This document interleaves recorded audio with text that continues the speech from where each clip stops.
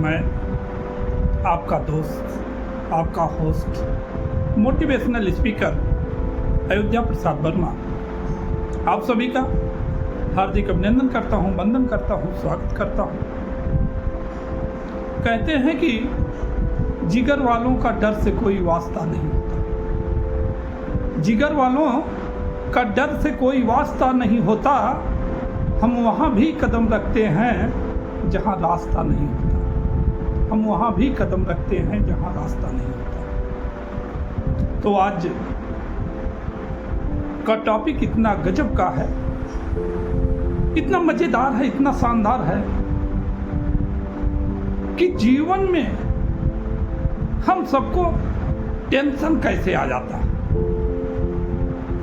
अचानक वो हमारे आपके अंदर प्रवेश कैसे करता है, उसकी व्याख्या आज हम करेंगे। एक दिन मैं यूं ही रास्ते पे चला जा रहा था और भेलपूरी खा रहा था। रास्ते में एक सुंदर सी लड़की मुझ जैसा सुंदर लड़के से लिफ्ट मांगती है। मुझे टेंशन हो जाता है, लेकिन मैं ठहरा सीधा साधा, लड़की को लिफ्ट दे देता हूं। लड़की गाड़ी पर बैठ जाती है। कुछ दूर जाने के बाद उसको चक्कर आना शुरू हो जाता है। मुझे और ज्यादा टेंशन हो गई। आनन फानन में उसको हॉस्पिटल ले जाता हूं।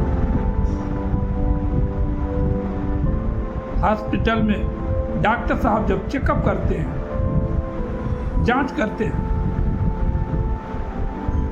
बाहर आते हैं और बधाई देते हैं कि आप बाप बनने वाले हैं। मैं बोला ये कतई नहीं, मैं लड़के का बाप नहीं। इतने में लड़की निकल कर आती है, कहती लड़के के बाप यही। मुझे भयानक टेंशन हो गया। ये कैसे हो सकता है?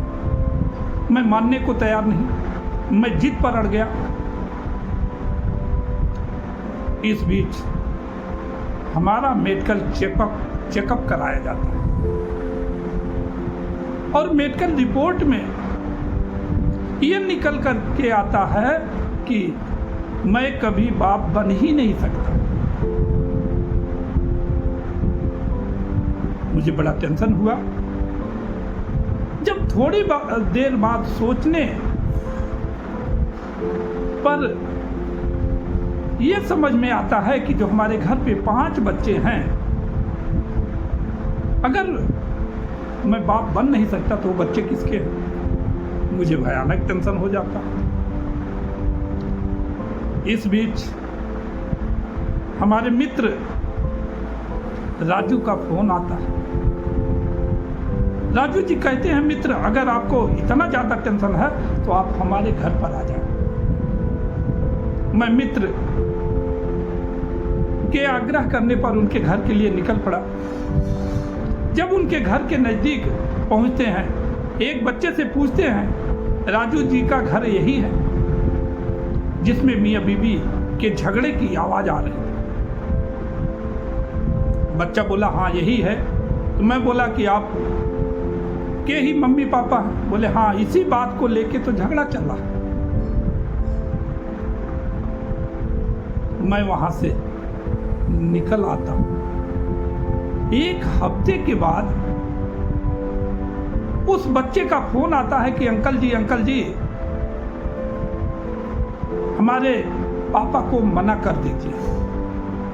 हमने पूछा क्या बात हो गई बेटा? बोले हमारे पापा जी नाखून चबाते हैं। हमने कहा ये कौन सी बड़ी बात है, हर कोई अपने हाथ का नाखून चबाता है। बच्चा बोला नहीं अंकल नहीं, हाथ का नहीं पैर का चबाते। मैं बोला ये कतई हो ही नहीं सकता कि भला अपने पैर का नाखून कोई कैसे चबा सकता है? बच्चा बोला, नहीं अंकल नहीं, अपने पैर का नहीं, मम्मी के पैर का नाखून चबाते हैं। तो हमें आश्चर्य होता है कि कौन सी घटना कब घट जाए, ये कुछ कहा नहीं जा सकता। समय की अपनी सीमा है और सीमा पार करके सचिन के पास आ गई। खैर, मैं उस पर कोई टिप्पणी नहीं करना चाहूंगा, ये मेरी आदत नहीं। मगर आज की पीढ़ी किधर जा रही है? हालांकि मैं बहुत बड़ा प्रेमी हूं। जब मैंने भी प्रेम किया था तो हमारे साथ में भी एक घटना घटित हो गई थी, क्योंकि घटना हमारे आपके हाथ में नहीं है, लेकिन घटना में रंग भरना ये हम सबके हाथ में। हमारे साथ क्या घटना घटी कि पटरी सी मेरी जिंदगी वो रेल कर गई। पटरी सी मेरी जिंदगी वो रेल कर गई। देखते ही देखते ऐसा खेल कर गई,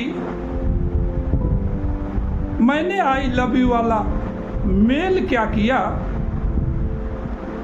वो ब्लैक देखकर मुझे ब्लैक मेल कर गई, वो ब्लैक देखकर मुझे ब्लैक मेल कर गई। तो कहते हैं कि जिंदगी को देखा है हमने करीब से, जिंदगी को देखा है हमने करीब से, बात कुछ नहीं बनती सिर्फ नसीब से। होते नहीं अरमान इन खोखले इरादों से, बात नहीं बनती सिर्फ मरे हुए वादों से, बात नहीं बनती सिर्फ मरे हुए वादों से। बहुत बहुत धन्यवाद। जय हिंद।